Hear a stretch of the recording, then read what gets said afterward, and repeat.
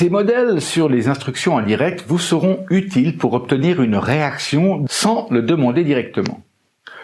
Pour construire une instruction cachée, il vous faut l'enrober dans une phrase un peu plus complexe. Par exemple, pour aider une personne à se détendre, je dis « Peut-être êtes-vous déjà en train de vous dire « détends-toi » et je ne sais vraiment pas comment vous pourriez vous entendre dire « détendu ». Dès lors que vous enrobez une instruction cachée dans une phrase complète, vous le faites passer beaucoup plus élégamment pour que le sujet ne réalise pas consciemment le message. Les instructions cachées ont encore plus d'impact lorsqu'elles sont délivrées avec un marquage analogique.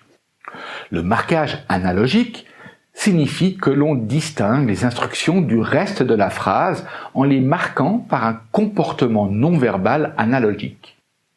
On l'appelle également le saupoudrage. Par exemple, d'augmenter le volume de la voix, de marquer un temps d'arrêt avant et après le mot, ou encore en modifiant le ton de voix, en faisant un geste de la main ou en fronçant les sourcils. Lorsque le marquage analogique n'est pas conscient pour le sujet, il aura encore plus d'impact. Le but des questions cachées est de faire répondre une personne à une question qu'on ne lui pose pas directement.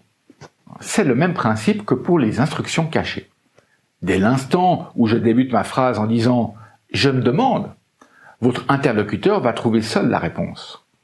Par exemple, « je me demande quel est votre prénom » et je suis curieux de savoir si vous connaissez le nom de ce modèle. Lorsqu'une instruction est formulée de façon négative, habituellement, les personnes répondent à l'instruction de façon positive. Autrement dit, lorsqu'on vous demande de ne pas penser à quelque chose ou de ne pas faire quelque chose, pour le comprendre, il faut penser d'abord à ce qu'on nous demande d'éviter. Donc, ne pensez pas aux instructions indirectes et ne vous éloignez pas tout de suite. Normalement, celui qui écoute réagit en expérimentant l'instruction sans la négation. Les postulats conversationnels sont des questions fermées qui provoquent une réaction à la place d'une réponse littérale. Sachez qu'une question fermée ne laisse à son destinataire que des choix de réponse prédéfinis, comme oui ou non. Par exemple, si je vous dis « Savez-vous l'heure qu'il est ?», vous aurez une très forte tendance à me donner l'heure, plutôt que de me répondre par oui ou par non. Lorsque vous utilisez un postulat conversationnel, vous devez d'abord penser à la réaction que vous souhaitez provoquer. Supposons par exemple que je souhaite qu'un client remplisse un questionnaire.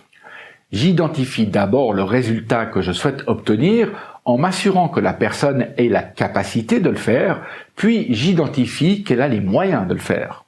Et je pose la question « Pouvez-vous remplir ce questionnaire ?» 9 fois sur 10, la personne va remplir le questionnaire. Alors, pouvez-vous m'écouter? Ou peut-être, pouvez-vous déjà prendre conscience de la façon dont vous avancez?